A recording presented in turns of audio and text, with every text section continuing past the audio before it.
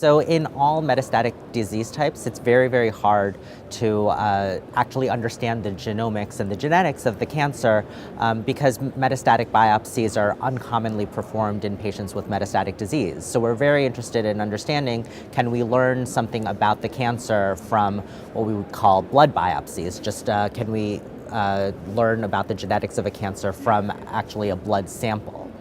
And so I've been working for many years with a team at the Broad Institute to try to understand the features of genetics and biology that we can understand from the blood. And certainly one of the most important pieces from that is DNA. So we've been doing sequencing from circulating free DNA from patients with metastatic cancer for several years at this point. And there are many different pieces that we've been able to put together over this period of time. So one of the most important things that we've been able to find and innovate in this field that's been very popular all over the world is to actually quantify how much of the DNA in the blood actually originates from the cancer rather than non-cancerous tissues. And so, and we've used that quantification for a lot of different other downstream applications to really understand which patient's DNA from their blood is actually amenable to other downstream applications, more rigorous sequencing called whole exome sequencing. But it turns out in my studies that I presented at the poster today, yesterday, was about trying to correlate the tumor fraction that we detect in the blood with clinical features. So which patients actually have more DNA derived from the tumor or not.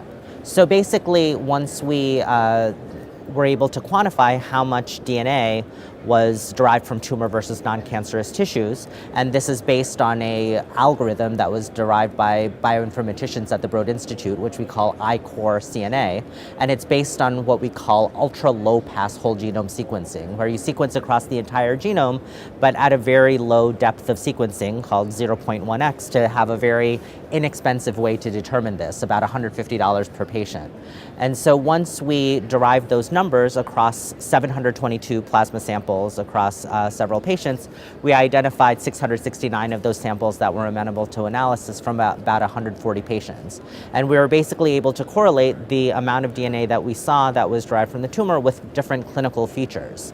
So it turns out that we know some clinical features that predict survival in patients with prostate cancer.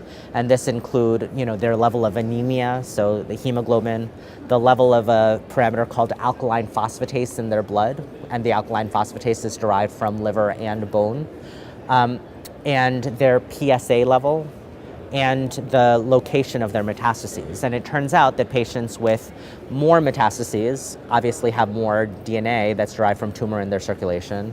Patients who are more anemic seem to have more tumor DNA in their circulation. People who have a higher alkaline phosphatase also have more tumor DNA in their circulation. So that was just the, kind of proves the obvious, but it's good to kind of validate that in our set. So the more interesting part is how this changes with time and with therapy. So there are a few interesting observations that we made. One is that when a patient starts an effective therapy, and an effective therapy means their PSA went down by at least 30% over the course of the next 6 weeks or so, their tumor fraction also went down.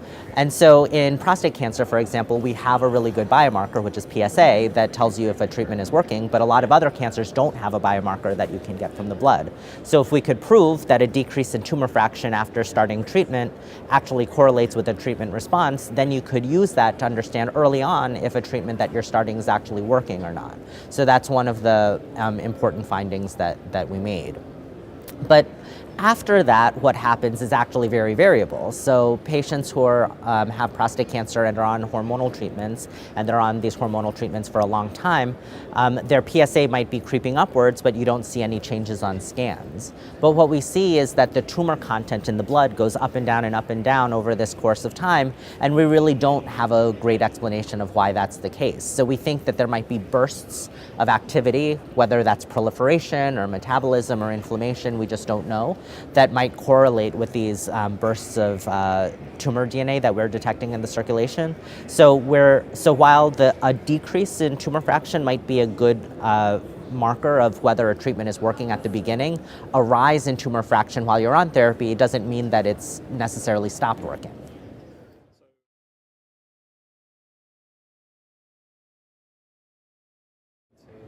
Absolutely, yes, across larger cohorts and across a more homogeneous cohort, because these were patients who were treated with a lot of different types of treatments. So what we're looking at now is for patients who participated in clinical trials, and we have banked samples from before they started and for different time points on the trial, do we actually see this as consistent results across this across many patients participating in clinical trials of different agents.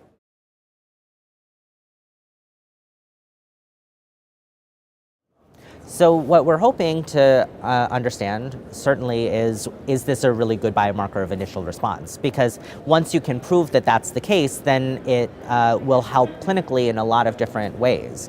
One is that there's this phenomenon that we see in prostate cancer and other cancer types where the first set of imaging tests that you get after you start a treatment doesn't always represent whether the cancer is responding or not. These are phenomena that we call flare.